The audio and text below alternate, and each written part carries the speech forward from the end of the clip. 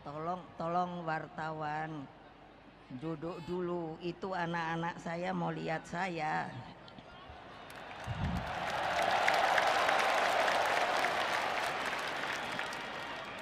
Assalamualaikum warahmatullahi wabarakatuh.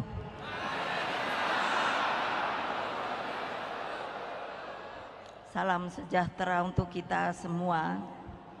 Om Swastiastu. Namo Buddhaya. Salam kebajikan, Rahayu. Salam Pancasila.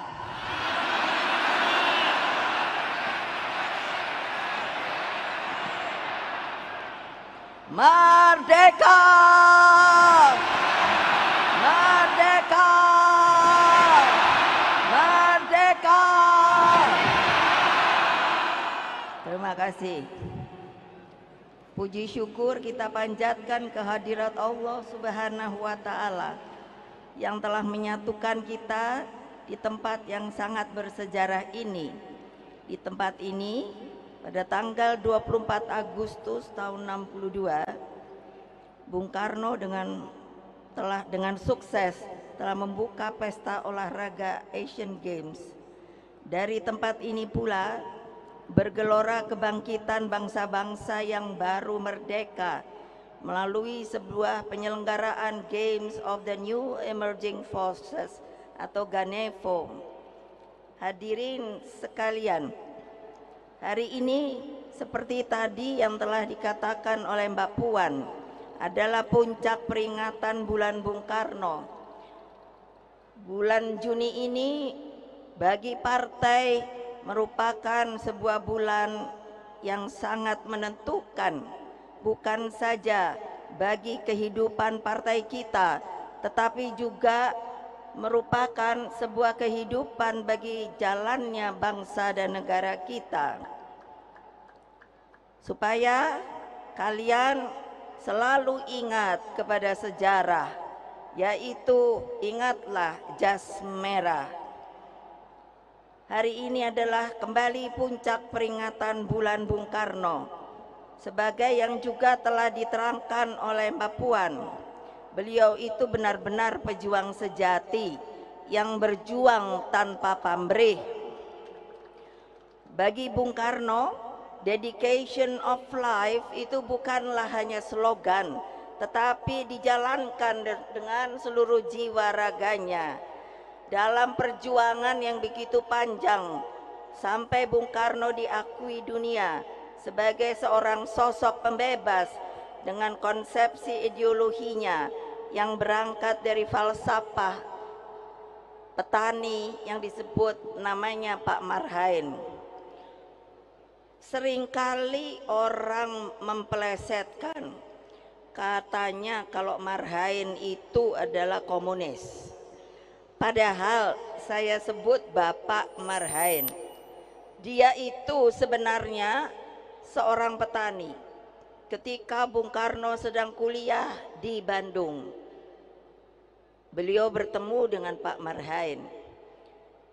Beliau bertanya begini, Bapak seorang petani bahasa Sunda. Ya. Tanah ini punya siapa? Punya abdi. Bahasa Sunda saya tuh abdi. Kalau tanaman padi ini punya siapa? Punya abdi. Alat-alat cangkul dan lain sebagainya punya siapa? Punya abdi. Kalau sudah dipanen, dijual, uangnya untuk siapa? Untuk abdi. Setelah berpikir merenung yang dinamakan kontemplasi panjang, maka Bung Karno merasa bahwa perjuangan ini harus seperti apa yang dimiliki oleh Pak Marhain. Dia merasa bahagia karena semuanya sudah punya. Tetapi yang tidak dipunyai oleh Pak Marhain itu adalah apa? Yaitu hanya yang namanya hidup sederhana dan sekedarnya saja. Oleh sebab itu, Bung Karno di dalam pikirannya, pasti ada yang bertanya, kok ibu tahu? Lah saya kan putrinya. Jadi saya sudah pernah loh, kalau ada yang enggak percaya, itu ada makamnya.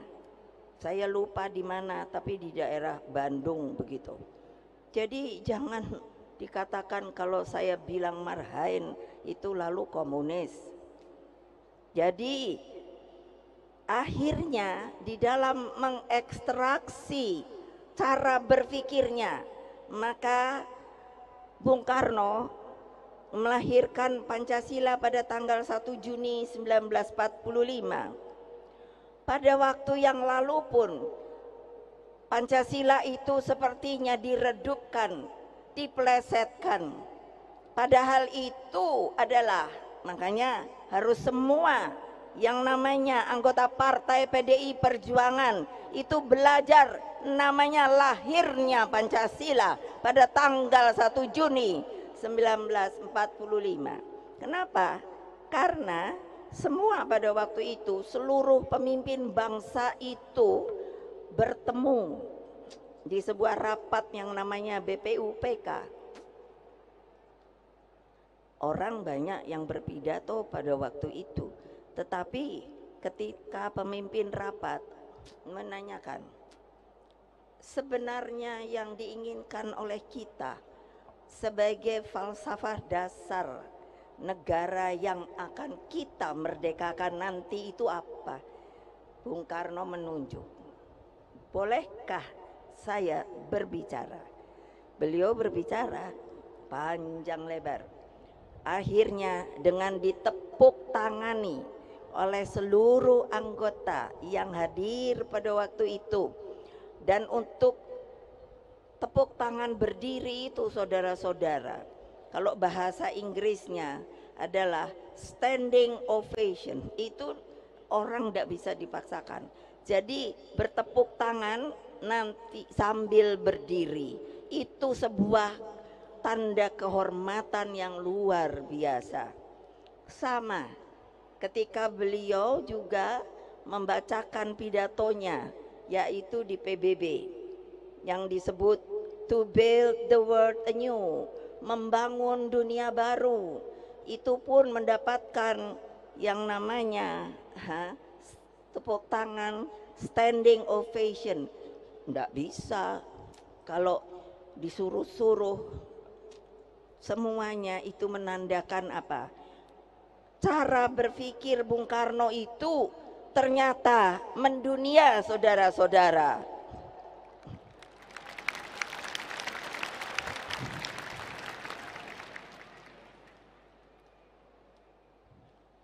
Jadi di tangan Bung Karno politik itu bergerak ke bawah.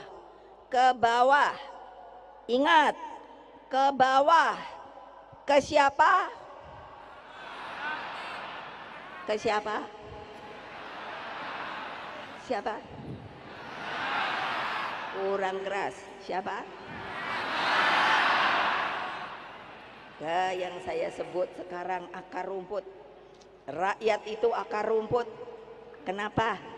Karena ini ada rumputnya ditutupi, tapi nanti kalau dibuka dia cepat bertumbuh kembali. Jadi rakyat itu, akar rumput itu tidak pernah bisa dipunahkan, saudara-saudara. Ingat itu. Nah, makanya ketika tanggal 17 Agustus 45 itu saya tanya bapak saya, waktu itu sebetulnya takut apa tidak? Toh masih dijajah dengan Jepang, dan waktu itu Belanda dibantu sekutu masih juga ada. Ya takut. Nah terus kok bapak berani? Karena saya yakin, hakul yakin bahwa setelah bunyi proklamasi ini saya dengungkan, maka yang namanya Indonesia akan menjadi sebuah negara merdeka, berdaulat, dan bebas aktif, saudara-saudara. Jangan lupa loh, jangan lupa loh. Nanti yang rugi kalian sendiri kalau ada yang mau merubah-rubah ini. Saudara-saudara sekalian, di tangan Bung Karno politik ini bergerak seperti tadi yang saya katakan, keberpihakan itu selalu harus ada kepada akar rumput. Karena apa kata Bung Karno? Di dalam gubuknya rakyat miskin itulah energi perjuangan kepartean berasal, dan Tuhan bersemayam di gubuknya rakyat miskin. Nah, jadi kalau kalian luar biasa loh bisa datang ke sini.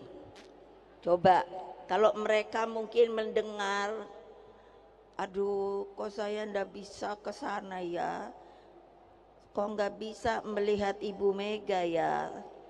Coba kasihan apa ndak ya. Watak politik seperti inilah yang dipahami oleh PDI Perjuangan, sehingga melalui Rakernas ketiga pada tanggal 6 Juni yang lalu, PDI Perjuangan mengangkat kembali perintah konstitusi. Ingat, perintah konstitusi. Ingat, perintah konstitusi bahwa fakir miskin dan anak-anak terlantar dipelihara negara. Itu nanti yang akan jadi pegangan kita untuk supaya kita bisa menang kembali. Kalian siap apa tidak?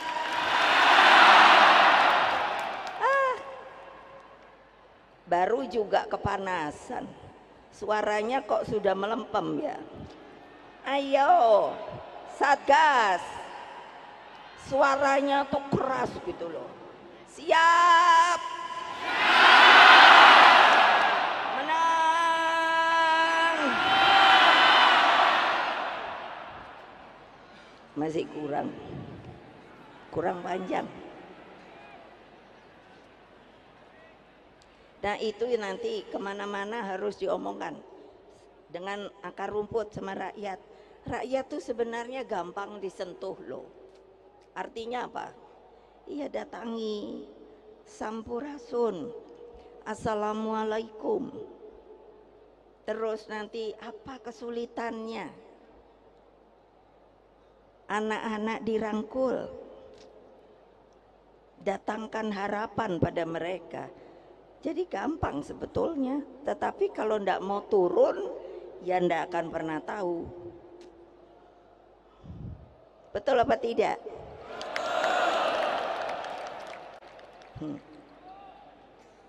Nah, ini karena tadi sebetulnya, tapi tadi saya pikir sudah disebut oleh Mbak Puan. Semua yang hadir yang terhormat di sini, termasuk Pak Jokowi, lalu sudah dikenalkan Pak siapa ya? Yang calon kita namanya siapa? Siapa? Pranowo Ganjar. Ya, namanya Pranowo Ganjar. Kok tumben ya? Nggak salah. Biasanya suka kebalik-balik. Nah, tapi saya akan juga memanggil. Nanti kalau ibu panggil, mulainya anak ranting, lalu berdiri, lalu bilangnya siap, menang, gitu. Mau apa enggak? Yang di luar juga kalau itu boleh juga ikut teriak. Nah, anak ranting partai,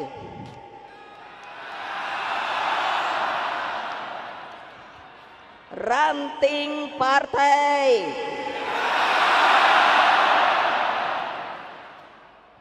PAC partai,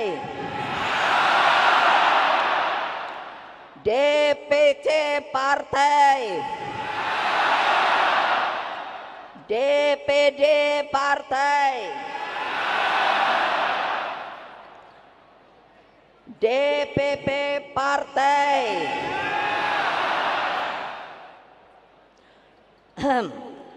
Satgas Partai. Untunglah suaranya masih kencang. Kamu masih sayang apa enggak sama ibu? Lemes.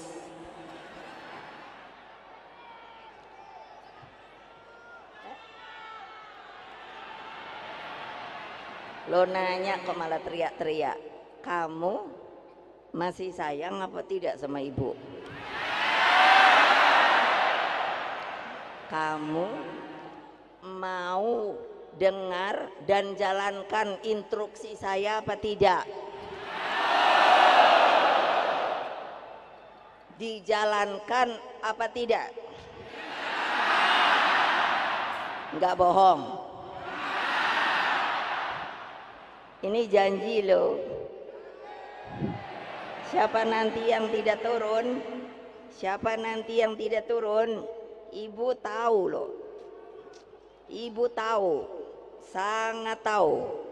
Jadi orang yang seperti itu hanya ada dua. Mundur sukarela atau nanti ada aturannya. Pasti sudah tahu.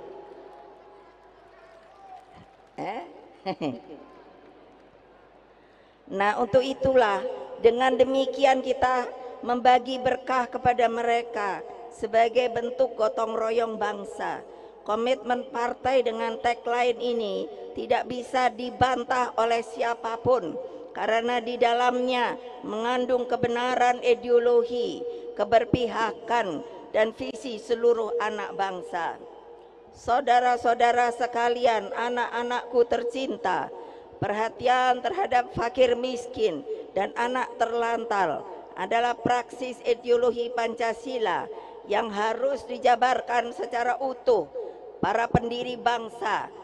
Dengar, memasukkan ketentuan pasal 34 ayat 1 di dalam Undang-Undang Negara Republik Indonesia tahun 1945 dengan penuh kesadaran agar tidak ada lagi kemiskinan di dalam buminya Indonesia merdeka.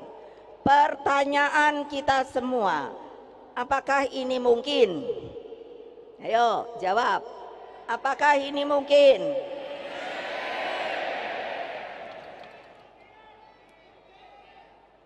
Jawabnya kenapa? Ibu nih tahu ya, kalau orang bilangnya mungkin Bu begitu, itu berarti pasti. Tapi kalau mungkin Bu masih ragu-ragu. Pertanyaan saya, Mas, mungkinkah apa tidak? Nah, janji loh, kalian sendiri bilang mungkin. Saya tegaskan, sangat mungkin. Karena apa? Karena Indonesia ini dimerdekakan dan kondisinya sebenarnya Indonesia itu adalah sebuah tumpah darah yang kaya, raya. Cuman belum diapakan, belum dibagi bareng-bareng. Nah, karena itulah mari kita bergerak bersama dengan gampang, gotong royong, menyisir ke kampung, ke kolong jembatan, cari anak-anak yang tidak berpunya, yang menjadi yatim piatu, yang sekarang ibu pun meminta PDI Perjuangan bergerak di dalam soal stunting. Mengerti tidak toh stunting itu? Siapa yang belum mengerti? Angkat tangan.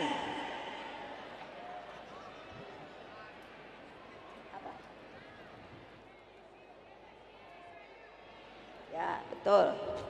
Kurang gizi. Akibatnya apa? Nanti anaknya jadi kerdil, jadi cebol. Yang sayang lagi apa? Karena tidak bagus pertumbuhannya, maka pikirannya, otaknya pun tidak baik. Masa Pak Jokowi sudah dengan semangat mengatakan kepada saya, kepada rakyat, Indonesia itu tahun 2045 akan menjadi Indonesia emas. Nah, saya ketika bertemu beliau, saya bilang, Pak, kita aja lagi ada program stunting. Ini mesti bener nol, Pak. Nggak ada lagi anak bangsa ini yang stunting, Pak. Gimana caranya? Ini kan banyak ya. Di belakang saya ketua-ketua umum partai loh. Saya belum tahu ada yang udah mau ikut sama PDI Perjuangan. Ada yang masih mikir. Ada yang udah nanti aja dah. Nanti tanya sendiri aja. Jangan ketawa lo ya. Iya, makanya tanya aja sendiri. Jadi apa coba? Nah, bagaimana banyak hal yang sebenarnya dapat kita lakukan dan bisa mengangkat kemiskinan itu. Pak Jokowi itu benar, kemiskinan ekstrim harus dihilangkan. Ya, saya juga nanya, Pak, gimana kalau rakyat kita tidak bergerak semua, pemimpinnya juga semua? Kemiskinan itu harus bisa ditingkatkan. Tidak ada lagi korupsi di Indonesia ini. Ya boleh dong saya ngomong. Betul apa tidak?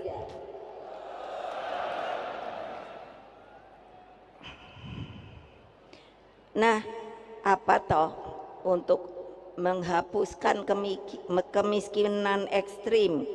Itu bukan hanya sekedar ukuran pendapatan per hari, namun rasa bahagia, terlindungi, menyangkut keadilan, pekerjaan yang layak, akses terhadap pendidikan, sarana kesehatan, kebijakan sosial negara, dan semua itu kalau bisa terjadi, pasti apa yang dikatakan tadi oleh Bung Karno, di gubuk-gubuk orang miskin itulah yang sebenarnya ada Allah Subhanahu wa Ta'ala.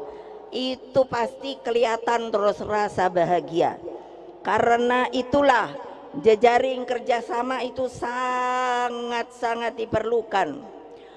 Presiden Jokowi, Wakil Presiden Ma'ruf, dan hadirin sekalian, sungguh menjadi kado istimewa bagi bangsa Indonesia dalam menjelang peringatan bulan Bung Karno ini. UNESCO telah menetapkan 3 arsip pidato Presiden pertama, Dr. Insinyur Soekarno, sebagai Memory of the World, yaitu menjadi milik dunia bersama. Memory of the World. Jadi boleh digunakan oleh siapapun di dunia ini, yaitu pidato di depan Konferensi Asia Afrika Bandung pada tahun 1955, lalu pidato to build the world anew di hadapan sidang umum PBB tahun 1960, dan pidato pada KTT non-blok pertama di Beograd tahun 1961. Apa toh? Pidato Bung Karno diakui dunia ini apa? Jadi artinya kita diberi pengakuan bahwa Indonesia semakin terpanggil pada misi global yang begitu penting, yakni menwujudkan tata dunia baru yang bebas dari penjajahan dan terus berjuang untuk perdamaian dunia secara abadi. Misi tersebut telah dijalankan oleh Presiden Jokowi, penetapan Indonesia sebagai poros maritim dunia, peringatan Konferensi Asia Afrika 60 di Bandung tahun 2015, dan keberhasilan penyelenggaraan G20 serta posisi Indonesia saat ini sebagai ketua ASEAN merupakan bukti otentik kepemimpinan Indonesia. Dalam upaya ini, terbukti apa? Bahwa pemikiran geopolitik Bung Karno itu sampai hari ini tetap relevan. Saya percaya dengan spirit Dasar-Sila Bandung dan solidaritas bangsa-bangsa melalui gerakan non-blok mampu menghadirkan kepemimpinan Indonesia bagi dunia. Dasar-Sila Bandung itu jangan lupa loh, itu ditandatangani 29 negara loh. Jadi bukan kita sendiri. Kepemimpinan Indonesia bagi dunia dapat dijalankan sekiranya kita secepatnya menyelesaikan berbagai persoalan dalam negeri kita dengan semangat gotong royong. Dalam upaya ini, kesinambungan kepemimpinan nasional sangatlah penting. Atas dasar hal tersebut, maka pada tanggal 21 April 2023 saya tidak ngomong sama siapa-siapa, hanya saya ceder. Bertepatan dengan hari lahir Ibu Kartini, saya telah menetapkan Saudara Ganjar Pranowo sebagai calon presiden dari PDI Perjuangan.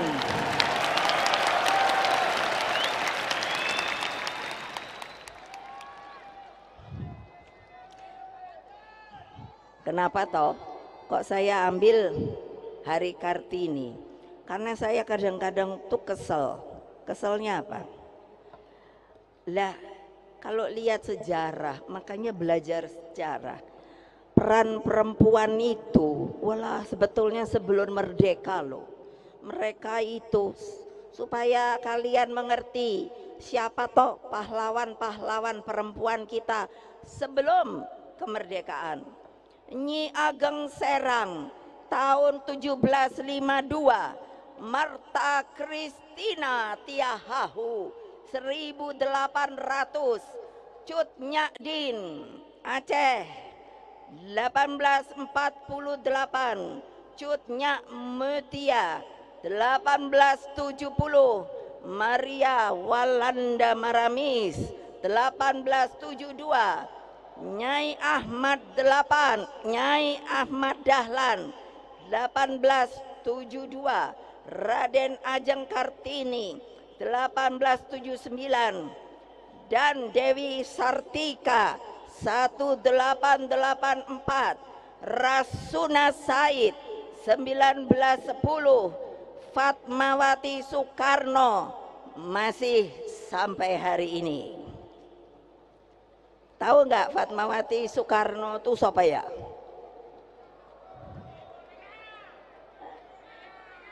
Apa? Nggak dengar. Ibu Fatmawati itu siapa ya? Ayo. Nenek saya. Nenek saya. Bukan. Bu Fatma itu yang melahirkan saya ini. Makanya saya ini jadi perempuan yang tangguh gitu loh. Coba. Ya, betul apa enggak? Betul enggak? Mantap apa tidak? Iya, keren loh. Syukur alhamdulillah keputusan pencalonan tersebut disambut baik oleh rakyat Indonesia. Makanya dengan spirit gotong royong yang kita kedepankan, tadi sudah saya sampaikan, padahal kita itu sebetulnya boleh bawa calon presiden, wakil presiden sendiri loh. Tapi saya membuka pintu karena apa? Sifat kita adalah kekeluargaan dan gotong royong. Jadi tadi saya katakan di belakang saya ini ada beberapa partai yang sudah pasti. Nah, itu ada 3 dari PPP, Partai Partai Persatuan Pembangunan. Ayo Pak Mardiono berdiri. Beliau nomor 1, Bu. Saya sama-sama boleh nggak, Bu? Boleh, Pak. Nah, lalu, tapi ada lagi. Ini abang saya ini. Ndesek-ndesek aja. Dari Partai Hanura, yaitu Pak Oso. Dia suka marah-marah kalau kenapa kamu nggak pernah ajak abang ya? Ayo sinilah kalau mau ikut gitu. Yang ketiga itu orangnya tidak ada. Salam dari Pak Haritanu Wijaya. Saya kenalnya Pak Haritanu, nama panjangnya Pak Haritanu Wijaya dari Perindo. Kalau di sini ada 1, 2, ada 3. Itu yang saya bilang, ya katakan lagi mikir-mikir dulu dah. Tuh bapak-bapak kan diketawain. Lo benar, tapi ya saya bilang ya enggak apa-apa. Mau ikut boleh, ndak ikut ya ndak apa-apa. Betul enggak? Merdeka! Merdeka! Merdeka! Itu namanya teguh, hatinya teguh, tindakannya teguh. Nah gini jempolan. Nah gitu loh, ai. Nah kita perlunya apa? Udah jangan teriak-teriak. Kalau keluar dari sini nggak teriak-teriak lagi loh. Bergerak, bergerak, bergerak, bergerak. Satu barisan. Tadi Mbak Puan bilang rampak barisan, satu barisan. Gitu ketuk setiap pintu-pintu hati rakyat. Kula nuwun, sampurasun. Pasti rakyat dengar gitu itu pasti jatuh hatinya. Sebab dengan tantangan ke depan tidaklah mudah, diperlukan. Nah ini juga kasih tahu, kalau mau milih pemimpin jangan hanya lihat tampangnya. Aduh ibu suka pusing. Ada dulu ya, kalau kan waktu ibu mau jadi presiden lagi, terus ada ibu-ibu kan bilang gini, aduh ibu maaf, sebetulnya saya mau milih ibu lagi, tapi saya kok kepingin milih yang ganteng. Aduh pusing kepala saya. Ya tapi ya sudah, maunya sendiri. Jadi ibu ini biar udah cantik kayak gini, nggak diakui, salah besar. Lo ibu udah jelek apa cantik? Nah, jangan bohong. Padahal ibu udah nenek-nenek lo. Tahu nggak umur ibu berapa? Umur ibu berapa? Berapa? Berapa? 67.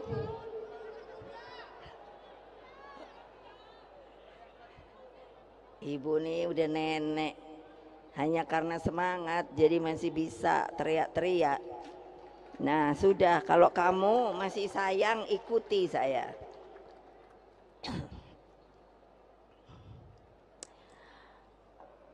Nah kalau pemimpin tuh sebetulnya mesti dilihat lahir batin, jangan fisik saja, terpersona gitu. Diperlukan pemimpin yang berpengalaman baik di lembaga legislatif maupun eksekutif, kepemimpinan yang visioner, yang arif, bijaksana, dan memiliki rekam jejak prestasi yang baik, serta mengakar, ini yang paling penting, mengakar kepada akar rumput, Saya ingatkan, saya ingatkan, saya ingatkan, 5 menit coblosnya, 5 tahun ngerasain seneng atau susahnya. Hati-hati loh. Karena itulah gunakan hak pilihmu dengan sebaik-baiknya. Pak Ganjar Pranowo akan terus berjuang bersama Presiden Jokowi di dalam mendaya gunakan bonus demografi bagi percepatan kemajuan bangsa. Pak Jokowi bilang sama saya, "Ibu, ini keberuntungan Indonesia. Dari tahun ini 2023, 13 tahun kemudian, produk demografi. Demografi itu orang, rakyat. Itu dari umur 16 sampai 60 adalah usia produktif. Jadi bisa bekerja, belum pensiun. Nah, tapi kalau ruang kerjanya tidak disediakan, harus bagaimana kehidupannya. Makanya itu nanti kita genjot. Kalau apa? Kalau kita menang, kita genjot, kita genjot, kita genjot. Bisa apa tidak? Ya kalau kalian hanya, aduh ibu kok suruh genjot-genjot, saya kan cuman anak ranting. Anak ranting itu apa? Anak ranting itu adalah kalau namanya panah, maka dia adalah itu senjatanya yang duluan jerap masuk. Jadi jangan mikir kita kecil bu, anak ranting aja. Kalau tidak ada anak ranting, tidak ada ranting. Iya dong. Kalau tidak ada ranting, tidak ada PAC. Begitu juga PAC mendukung yang namanya apa? Yang namanya DPC. Lalu DPC, kalau ada DPC ya, yang nggak mau kerja, kasih tahu ibu ya. Siap, siap, siap. Iya, masa maunya duduk aja di kursi. Wow, saya DPC. Kalau DPD sama juga. Kalau DPP lebih sama juga. Ini di bawah ibu semuanya tuh. Kupingin dengerin ibu, padahal hatinya udah degap, degup, degap, degup. Karena mikir gini, aku udah turun ke bawah apa belum ya? Aku udah turun ke bawah apa belum ya? Ibu sekarang udah punya loh tempat monitoring. Nah, untuk itu maka kita mesti bangun Indonesia sebagai bangsa pelopor, bangsa pejuang.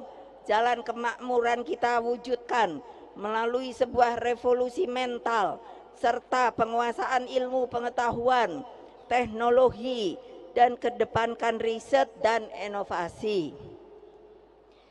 Anak-anakku sekalian dan seluruh rakyat Indonesia yang saya cintai dimanapun kalian berada, hati saya sungguh terharu bahwa PDI Perjuangan yang saya pimpin kini hadir sebagai mempunyai karakter sebagai partai pelopor.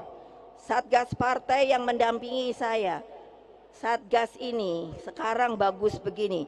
Dulu ketika menjadi benteng saya pada masa sulit saya, kini tampil penuh disiplin dan membanggakan. Satgas partai inilah yang menjadi benteng hidup saya ketika masih zaman PDI, Partai Demokrasi Indonesia. Ketika itu masa Orde Baru, susah banget. Yang namanya digontok gini, digontok gitu. Tapi ibu biar digontok gini, digontok gitu, ibu tetap nah gitu loh. Jadilah kalian semua benteng Pancasila, benteng kebenekaan Indonesia, benteng negara kesatuan Republik Indonesia, dan benteng seluruh rakyat Indonesia. Terima kasih juga saya sampaikan kepada seluruh panitia, komunitas Juang Jawa Tengah, para pengisi acara, dan secara khusus penari kecak perempuan. Ini tari kecak itu biasanya laki. Jadi ibu bilang pada Mas Guru, adik saya sendiri, dia itu seniman. Kamu bisa nggak ngajarin perempuan nari kecak? Cak cak cak cak cak cak cak cak cak cak cak cak cak cak gitu loh, nanti lihat deh, keren. Yang sudah berminggu-minggu digembleng oleh adik saya dan Badan Kebudayaan Nasional atau BKN PDI Perjuangan. Nanti pada puncak acara, dan itu jadikan sebagai sebuah kebanggaan kebudayaan kita, sebagai sebab tanpa berdiri kokoh pada identitas kebudayaan bangsa, kita akan menjadi bangsa terasing di tanah air kita sendiri, saudara-saudara. Secara khusus, nah ini kali ini pasti kalian kan mikirnya gini, kenapa bendera kita itu banteng, lalu disebut banteng moncong putih. Jadi saya ingin mengenalkan ketika kami PDI tidak boleh mengikuti pemilu, saya heran juga loh. Waktu itu kita nggak boleh. Terus saya pikir gimana ya, saya udah punya partai.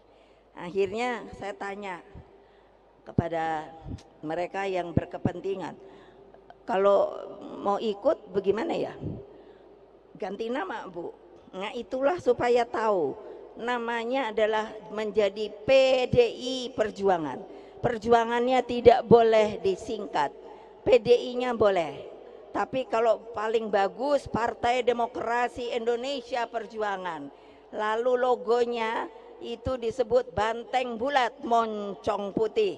Jadi kalau kita gampang benar kasih tahu sama akar rumput, apa coba, udah cari aja gambar banteng itu loh, mulu moncongnya lucu putih, nanti pasti dicari.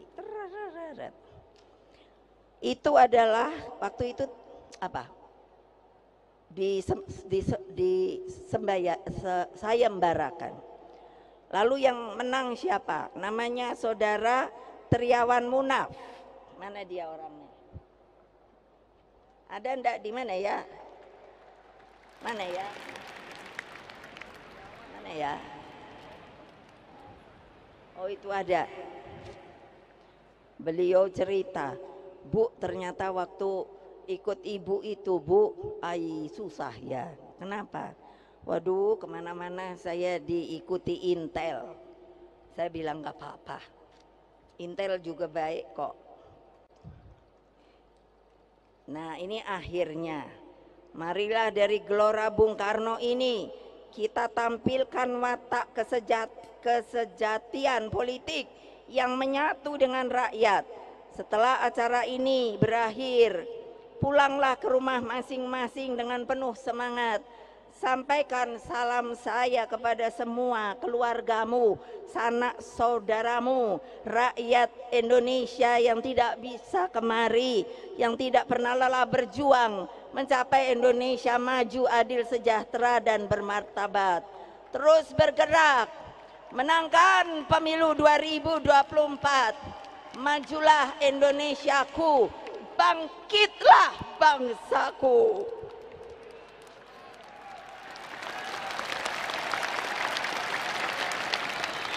Bersatu kita teguh, bercerai kita runtuh. Satyam Eva Jayate, kebenaran adalah selalu mau dan mau tidak mau akan membuktikan diri bahwa dia adalah benar. Merdeka! Merdeka! Merdeka! Merdeka! Merdeka! Terima kasih. Wassalamualaikum warahmatullahi wabarakatuh. Om Santi, Santi, Santi Om. Terima kasih sudah nonton. Jangan lupa like, subscribe, dan share ya.